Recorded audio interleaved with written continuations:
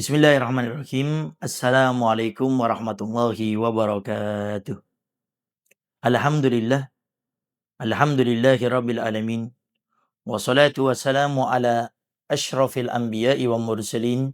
Sayyidina wa habibina wa syafi'ina wa qurrati a'yunina wa nuri qulubina Muhammad habibi rabbil alamin wa ala alihi wa sahbihi ajma'in. Sahabat wasilah yang dimuliakan oleh Allah Subhanahu wa taala.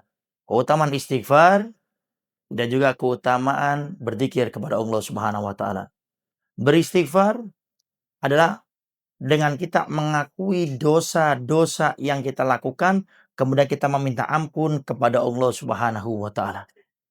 Beristighfar ini kita melakukannya setiap harinya.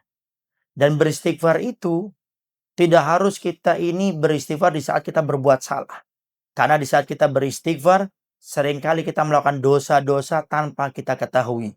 Oleh karenanya para ulama mengingatkan kepada kita untuk memperbanyak istighfar. Walaupun mungkin kita tidak menyadari dosa yang kita lakukan. Yang penting perbanyak istighfar kita kepada Allah Subhanahu wa taala. Bahkan Sayyidatuna Rabi'atu al-Adawiyah sampai mengatakan istighfaruna yahtajuna ilal istighfar. Istighfar kita ini perlu diistighfari lagi. Karena terkadang kita beristighfar tidak khusyuk, tidak fokus. Atau kadang-kadang kita berbuat dosa tanpa disadari lagi. Maka di saat kita beristighfar, maka terus kita beristighfar kepada Allah Subhanahu wa taala. Adapun keutamaan orang yang beristighfar kepada Allah Subhanahu wa taala, di antaranya tercantum dalam kitab Fawaidul Mukhtarah fi Sariqat Tariqil Akhirah.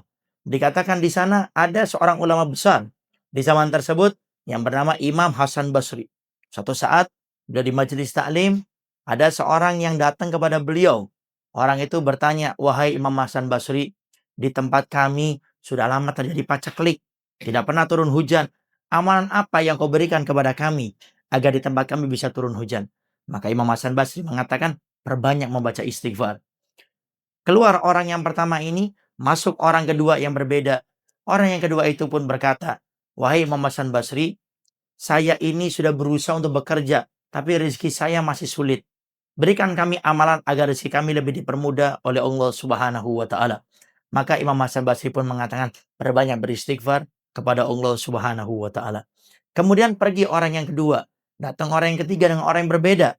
Orang itu juga bertanya, "Wahai Imam Hasan Basri, berikan kami amalan. Kami menikah sudah lama, tapi kami belum dikaruniai anak oleh Allah Subhanahu wa taala. Maka berikanlah kami amalan agar kami bisa mendapatkan anak." Maka Imam Hasan Basri pun mengatakan, perbanyaklah membaca istighfar kepada Allah Subhanahu wa taala. Pergi orang yang ketiga.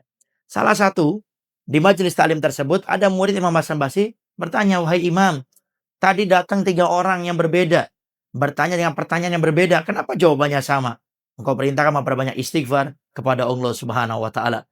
Maka Imam Hasan Basri mengingatkan, apakah engkau lupa dengan firman Allah Subhanahu wa taala dalam Al-Qur'an? "Faqul istaghfaru innahu kana ghaffara yursilus sama 'alaikum midrara wa yumdidkum bi amwali wa banin." Bacalah engkau wahai Rasul sallallahu alaihi wasallam memperbanyak istighfar.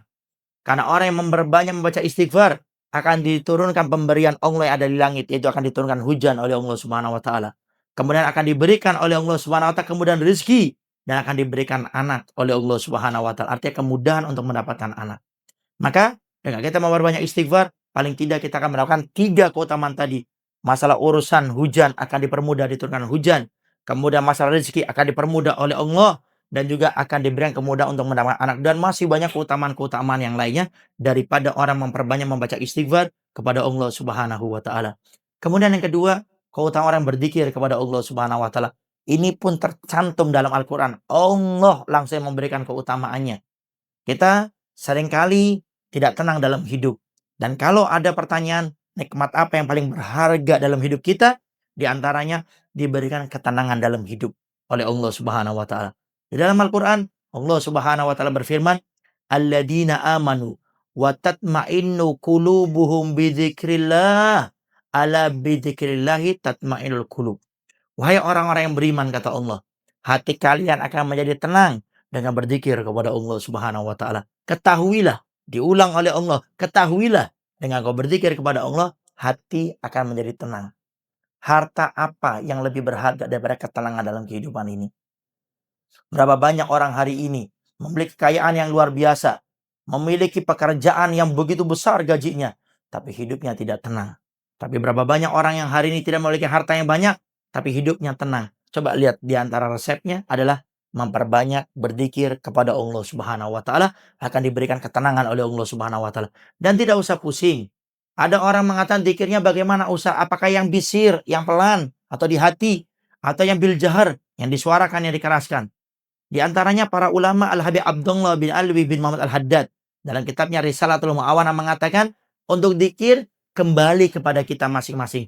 Yang kita bisa lebih khusyuk dalam membacanya, maka itu yang kita baca. Ada orang individualnya, pribadinya dia lebih khusyuk dengan disirkan, dipelankan. Maka bagi dia, dzikir yang paling afdol, yang disirkan, yang dipelankan. Ada orang yang dia bisa lebih khusyuk berzikirnya dengan disuarakan. Maka yang paling afdal bagi dia adalah disuarakan. Tapi perlu diingat, kalau kita ikut majelis dzikir, maka semua itu terhilangkan kita ngikut dengan imamnya. Kalau imamnya itu pelan, maka kita ikut pelan. Kalau imamnya itu dikeraskan, maka kita ikut dikeraskan. Kemudian ada sebagian orang juga bertanya, Ustadz saya sudah berzikir, tapi kenapa saya belum mendapatkan ketenangan dalam hidup saya?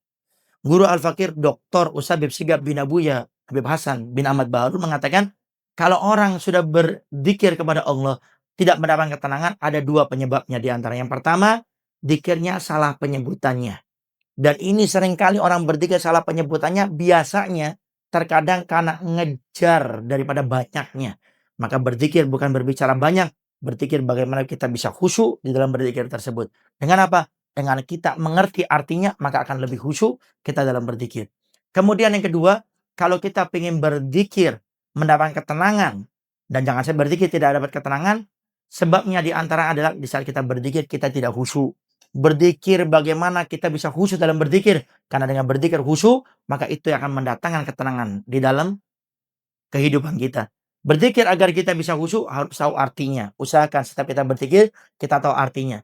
Kita nggak bisa bahasa, tanya kepada ustadz tentang zikir yang kita baca, agar kita tahu artinya dan akan mendapatkan keutamaan ketenangan di dalam zikir tersebut. Semoga Allah Subhanahu wa taala menjadikan istighfar yang kita baca, mengampuni dosa-dosa kita, zikir yang kita baca, menjadikan hidup kita makin tenang dalam kehidupan kita ini, dan mukadimah ketenangan itu sampai kelak di akhirat di surganya Allah Subhanahu wa taala. Wassalamualaikum warahmatullahi wabarakatuh.